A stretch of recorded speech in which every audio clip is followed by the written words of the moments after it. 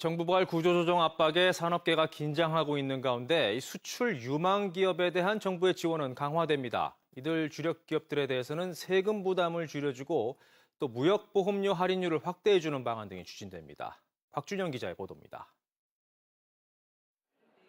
화장품 제조 중소기업인 뷰티랩은 해외 시장 진출을 모색하고 있습니다. 수출을 하기 위해서는 환율 변동에 따른 위험을 줄이고 거래 대금의 안정적인 조달을 위해 무역보험을 이용하게 됩니다. 일반적으로 무역보험은 수출 규모에 비례해서 무역보험 납부 금액도 늘어나기 때문에 수출 규모가 커질수록 보험료 부담도 커집니다. 중소기업에게는 무역보험 이용이 버거워질 수도 있다는 것입니다. 보험료가 2, 3%라는 게 적은 부담이 절대 아니거든요. 추가적인 부담이 될 수 있어서 이 보험료가 더 늘어난다면 사실 중소기업한테는 굉장히 큰 부담이 될 수 있거든요. 이 같은 수출 기업들의 부담을 줄여주고 적극적인 수출을 지원하기 위해 정부와 수출 관련 기관이 한자리에 모였습니다. 수출진흥대책회의에서는 우선 1년 동안 수출 기업들에게 지급하는 보험료 지원 금액을 26조 원 늘려 총 196조 원을 투입하기로 했습니다.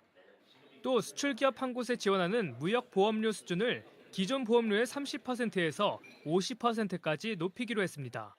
수출이 유망한 품목을 발굴해 세금과 마케팅 등을 지원하기도 합니다. 최근 양호한 수출 성과를 내고 있는 OLED 분야의 경우 제품 생산을 위해 설비나 원자재를 들여올 때 관세를 없애주고 연구개발에 대해선 20% 세금을 공제해줍니다. 아울러 화장품과 신약 등 시장성이 높은 소비재를 육성하기 위한 태스크포스를 구성해 마케팅을 지원하고 규제도 완화합니다. OLED라든가 SSD, 또 화장품, 신약 등 정말 새로운 차세대 수출 유망 품목이 올해 많이 등장을 했습니다. 새로운 유망 수출 품목의 발굴을 위해서 소비재 분야의 글로벌 명품 육성 전략 5개년 계획을 수립해 추진해 나갈 계획입니다.